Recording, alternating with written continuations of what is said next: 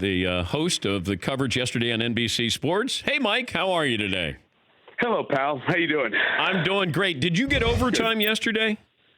No, we did not. We did not get the extra 20 minutes for running into the hockey. It was very disappointing. Okay, now, when the race ends, give me what the game plan is supposed to be on NBC. Sure. I'm assuming you're supposed to be off the air at the top of the hour. 7:15. Okay. So the race ends, couple of interviews, a little bit of break, some analysis, break, come back, full field, the winner's circle, and then we come back one more time and throw it right to hockey and the game starts. Okay. So we were dancing a little bit there. When did you first realize that something was wrong? We, normal procedure, race ends, talk about the horse for a few seconds. Donna Brothers, who does a great job on horseback, gets to the outrider and the winning jockey and the horse, talks to the jockey. She usually throws it to either a trainer or an owner interview.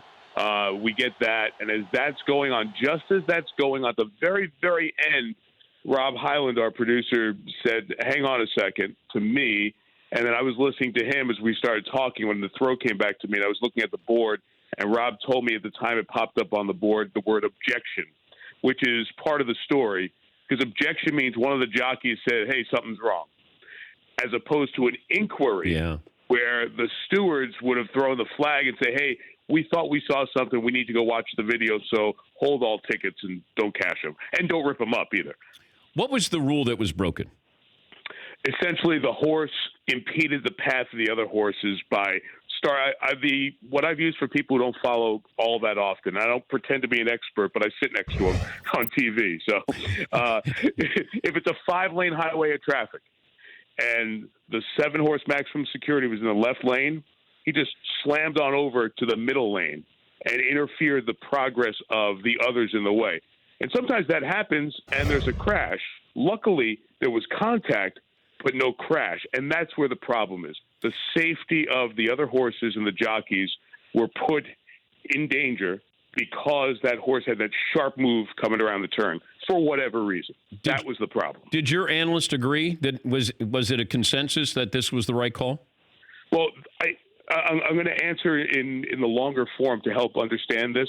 Why did it take 20 minutes? Jerry Bailey and Randy Moss, who have been doing this for a long time and are phenomenal at this, they at first said, "I don't see much there because we were just looking at the 7 and then the 20, the horse that won." So go back to that analogy of the 5 lanes on the highway. The 20 is like in the 4th lane. So the 20 doesn't get bumped or touched at all, just jostled a hair, and his path continues on.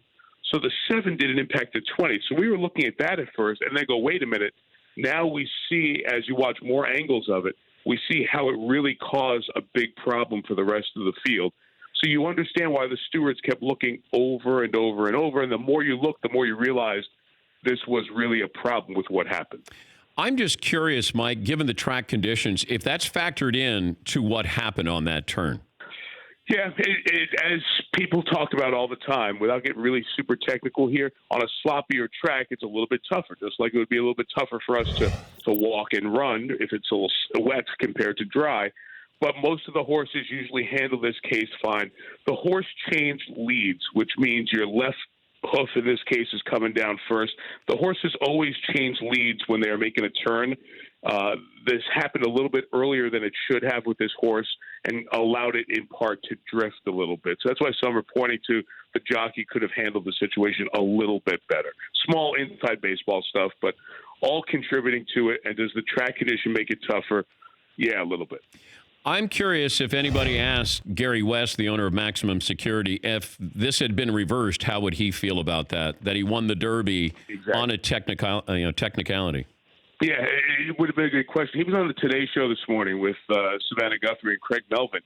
And when they asked him directly, "Hey, here's the video. You saw the video. Does your horse impede the path of the others?"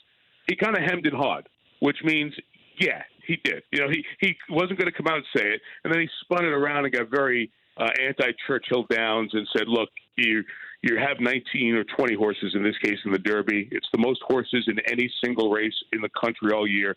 He called Churchill Downs greedy and went after them for lack of transparency with the state of Kentucky, which, by the way, wasn't a good idea if you're planning on appealing to these people.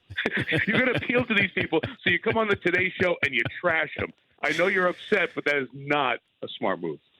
Talking to Mike Tirico, NBC Sports host, and he was on the Kentucky Derby assignment. Last time you witnessed such a huge reversal of fortune in sports? The Hail Mary with Seattle and the Packers. That game. I was thinking as we left. I'm thinking, what are the three? That's the third time that I've been a part of there are always great endings in sports, but truly bizarre. Like you never saw that coming. One for me was Jean Van de Velde in '99 when all he needed was a 6 and he made a 7, went into a 3-way playoff and lost the Open. And then 2012 doing the Monday night game when the Hail Mary happened with the replacement officials, the last game for the replacement officials. That was the greatest labor negotiation stir of all time. 48 hours later, hey, we found common ground. The officials are back. And then this. So just you come to a game and you expect it's going to end a certain way, and you come to this event and it not just finished, it was over, and we were about crowning these guys, and the trainer was talking about all the emotion of it and everything else, and then all of a sudden it's like they flipped the lights on in the bars and hey, wait a minute, the party's got to stop. We got to talk about what's going on here, and then we sat around for 20 minutes and waited. And what people don't understand is when Mike is talking on TV, somebody is talking to him in his ear. And that it's one of the hardest things you'll ever do because sometimes you don't even know what words you're saying because you're listening to somebody say, hey, Mike, you got to go here. We got video of the steward over here looking at this. Then we're going to go. We got sound over here. Randy Moss is going to have something to say. Like, all of this is in his head. I'm assuming that you're getting your update from your producer. Yeah, Rob Highland, who I mentioned before, who's with me on Notre Dame football and football night, a bunch of other stuff. And Rob's awesome, and he was talking to us as much as he could because they're trying to pass along information from the stewards and what they hear there. And maybe, Dan, if there was a disappointing part of this on the TV end, obviously we're going to get to the hockey game as quick as we can. So we do all of our business. And then we're going to record something for between periods of the hockey game or for .com or for nightly news or Today Show, whatever. We were getting ready to interview Barbara Borden, who's the woman who came out and gave the statement. And then they said, well, now they're not going to do an interview. And then they came out an hour later and gave a statement and didn't take any questions. Now, yeah, right. Now you say, well, wait a minute. The NFL, Al Riveron isn't hopping down there and doing a press conference after a controversial call. Again, they're not exactly the same, but essentially those are their jobs, right? Yeah. Well, here's the difference. There's legal sports betting in horse racing for years, and that's the backbone of this industry. It funds the industry, the live gate, the people who bet the money. And with the favorite involved, I think those people deserved an answer more than the aggrieved Saints fans who are watching a game and they're disappointed. So it just opened up a whole other Pandora's box of when do you have to answer to your constituents because there's money involved in the betting line. Is Tom Brady the official host of the Kentucky Derby? Brady, Aaron Rodgers. We had a whole NFL. We had a Pro Bowl breaking out there. We had Belichick was there. Sean McVay was there. Les Snead was there from the Rams. Brady had Garoppolo there. He had Jacoby Brissett of his backups, obviously receivers. Von Miller was working for us. I really do think we could have had the greatest 11 or 7-on-7 flag football game on the infield between races. Well, then Rodgers is going to be on one team and Brady's on the other, right? No, they're absolutely automatic quarterback for each side, and then we go from there. But the Derby scene it's just so different. It attracts so many people who you don't expect to see. I mean, this is a true story, Dan. I haven't told this on the air. I'm sitting in our trailer, and for the folks who don't know, when we go to these events, there are trailers that get set up next to the big TV trucks. That's what we work out of, almost as a makeshift office. I'm there going through my scripts on Saturday morning. Von Miller comes up the stairs. Von had been there for a couple of days. He walks into this little couch area where guys sit and watch the show, and we all sit. And I hear, hey, Von? Yeah, Dale Jr., nice to meet you. I'm like, what? So now I lean back in my chair and go, wait a minute. I just think I saw a Super Bowl MVP and one of the most popular drivers ever in NASCAR introduce themselves to each other. I pop my head out and go, "Have you guys never met?" Like, no. Hey, great to meet you. I'm a big fan. No, I'm a big fan of yours. That's the Derby. That happens like at no other big sporting event. It's just a really cool, fun scene. As I've told people before, if you have the ability to and you haven't, you should at least once get to the Derby. It's really cool. Paulie came up with an idea first hour, the do-over, and you have these two horses that race. And you do it at Churchill. Well, we can't. They probably won't get back at Churchill Downs. Gary West is not bringing maximum security there. But how about $5 million, winner take all, and national TV? Would you host it? Absolutely. I think we pass around the hat to the Danettes. They all chip in, and we put the money up, and let's do it. Why not? Now, we're not going to see it at the Preakness because West said he's not, and that's not uncommon. Usually, if you don't win the Derby and you don't feel like you've got a shot in the Preakness, you may hold your horse to the Belmont. So perhaps we'll see it in the Belmont or someplace else during the summer. The one thing that we haven't really talked much about because of the controversy is this horse, Country House, a 65-1 shot who got very little attention during the week. Okay, he didn't beat maximum security. He beat everybody else. He's a pretty good horse. How good is he? I guess we'll find out at the Preakness, but that's like down the line for next week. But maybe we will see them in some race somewhere. That would be good for the sport. The sport could use something good happening here down the line. So that would at least garner interest for sure. Was the Derby finish good for the sport Saturday? It was good for attention. I don't know if it was good for the sport. The right thing happened in the long run because it brought to light that there are safety concerns that have to factor into the results. But the publicity was otherwise negative.